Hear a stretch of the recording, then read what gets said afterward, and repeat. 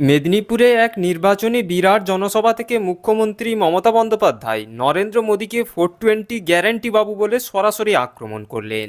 মুখ্যমন্ত্রী মমতা বন্দ্যোপাধ্যায় নরেন্দ্র মোদীর কেলোর কীর্তি তুলে ধরে এই 10 বছরের নরেন্দ্র মোদী এবং বিজেপি পার্টি যে সমস্ত কেলোর কীর্তি করেছে দেশ জুড়ে, সেই সমস্ত তথ্য তুলে ধরে নরেন্দ্র মোদী এবং বিজেপি পার্টিকে সরাসরি আক্রমণ করলেন।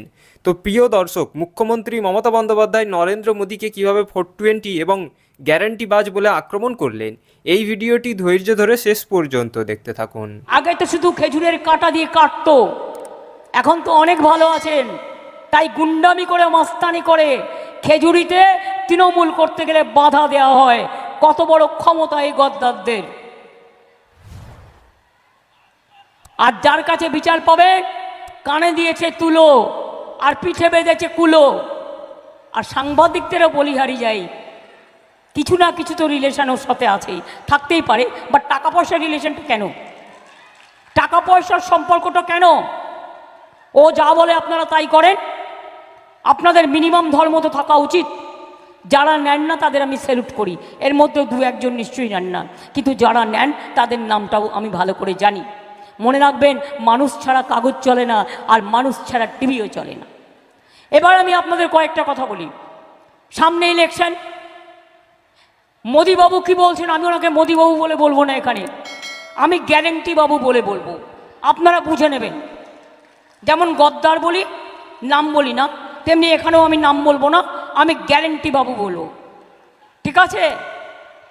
তিনি কি বললেন? বিনা পয়সায় চাল দিচ্ছেন, 2 বছর ধরে 1 টাকাও দিচ্ছেন। বলুন, হয় আপনি ক্ষমা চান, আর তা না হলে বলুন যে আপনি টাকা দিয়েছেন চালের। 420 নতুন গ্যারেন্টি। জিজ্ঞেস করুন, বলছে বাড়ি বাড়ি গ্যাস চলে যাবে। টিভি খুললেই দেখাচ্ছে, রেডিও খুললেই দেখাচ্ছে, ইউটিভি খুললেই দেখাচ্ছে, সংবাদ মাধ্যম খুললেই দেখাচ্ছে। কি বাড়ি বাড়ি বিনা পয়সায় গ্যাস পেয়ে গেছেন?